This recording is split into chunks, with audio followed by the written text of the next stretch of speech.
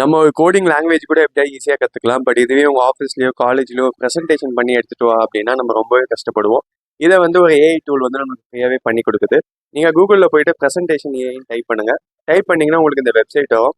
அந்த வெப்சைட்குள்ளே போனீங்க அப்படின்னா உங்களை ஃபஸ்ட்டு லாகின் பண்ண சொல்லும். நீங்கள் வந்து உங்கள் ஜிமெயில் வச்சு லாகின் பண்ணிக்கோங்க. After that start from an idea ஒரு ஆப்ஷன் இருக்கும். ஃபஸ்ட்டு எடுத்தோடனே அதை கிளிக் பண்ணுங்கள். கிளிக் பண்ணோடனே உங்கள் ப்ரெசன்டேஷனோட டாபிக் என்னன்னு கேட்கும்.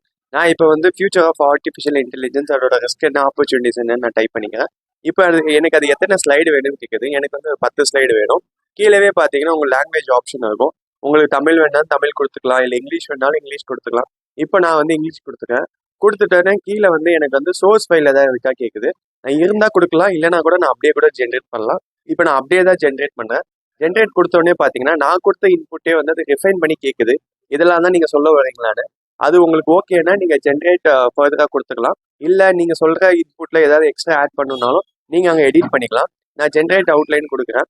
ஸோ இப்போ ஜென்ரேட் ஆகி எனக்கு ஸ்லைட்ஸ்லாம் காமிக்குது. என்னென்ன ஸ்லைட்ஸில் என்னென்ன கண்டென்ட் வரப்போகுது, எனக்கு அந்த கான்டென்ட்டில் ஏதாவது இமேஜ் ஆட் பண்ணணுன்னாலும் நாங்கள் ஆட் பண்ணிக்கலாம். ஸோ ஒன்ஸ் நீங்கள் எதுவுமே எல்லாம் பண்ணி முடிச்சக்கப்புறம் நீங்கள் அதுமாதிரி கிரியேட் ப்ரெசன்டேஷன் கொடுத்தீங்க அப்படின்னா உங்களுக்கு வந்து ப்ரெசன்டேஷன் அழகாக வந்துடும். அதாவது ஒரு ஏஐ டூல் வந்து நம்மளுக்கு எவ்வளோ அழகாக ப்ரெசன்டேஷன் பண்ணி கொடுக்குது நீங்களே பாருங்கள்.